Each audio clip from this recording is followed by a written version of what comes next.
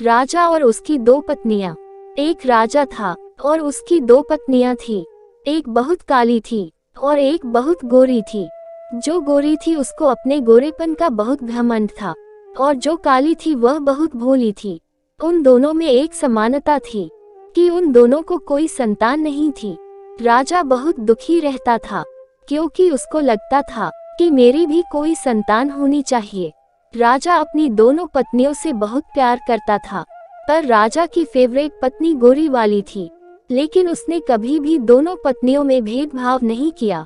राजा की जो गोरी पत्नी थी वह बहुत घमंडी और झगड़ालू थी। घर के सब काम राजा की काली पत्नी से करवाती थी और वह बेचारी सब काम कर लेती थी, पर राजा को कुछ नहीं बताती थी।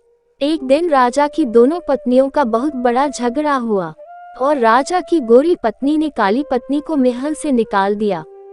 काली रानी ने राजा को सारी बातें बताई और राजा उसे कहने लगा कि मैं तुम्हारे लिए अलग महल बना दूंगा, तुम उस महल में रहना। फिर राजा ने महल के सामने छोटा महल बनाया और उस घर में काली रानी को रहने बोला।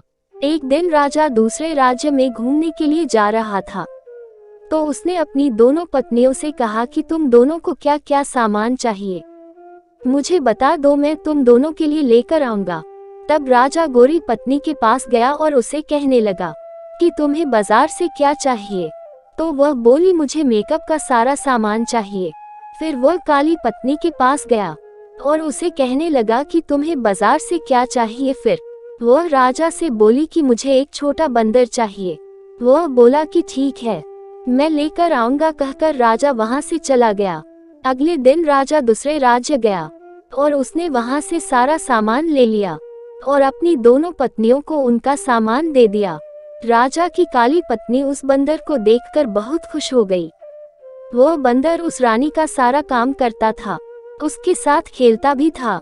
वह काली रानी उस बंदर को अपने बच्चे जैसा प्यार करती थी। एक दिन अचानक काली रानी बहुत बीमार हुई, पर उसे देखने राजा नहीं आया। बंदर को बहुत गुस्सा आया और वह राजा के महल चला गया।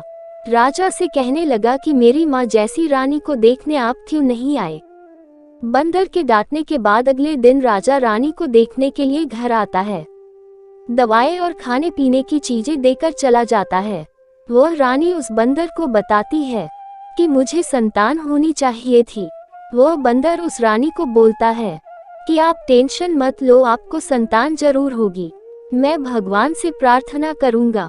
अगले दिन वह बंदर घर से गेहूं का आटा लेकर मंदिर जाता है और गेहूं के आटे को गूंदता है और उसमें 2 आंखें, 1 नाक, 2 हाथ, 2 पैर ऐसे बनाता है और भगवान से प्रार्थना करता है।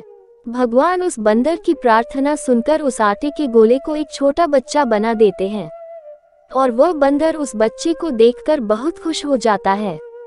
बच्चे लेकर काली रानी के गोद में दे देता है। काली रानी उस बच्चे को देखकर बहुत खुश हो जाती है, बंदर का शुक्रिया करती है। राजा को खबर मिलती है कि काली रानी को बच्चा हो गया। राजा बहुत खुश हो जाता है, उसकी खुशी का कोई ठिकाना नहीं रहता। ढोल नगाड़े लेकर रानी के घर जाता है, उसे महल आने के लिए कहता है। काली रानी खुशी से अपने बच्चे को लेकर महल जाती है और राजा उस गोरी रानी को घर से निकाल देता है और काली रानी को अपने पास रख लेता है। इस कहानी से हमें यही सीख मिलती है कि कभी भी किसी बात का घमंड नहीं करना चाहिए।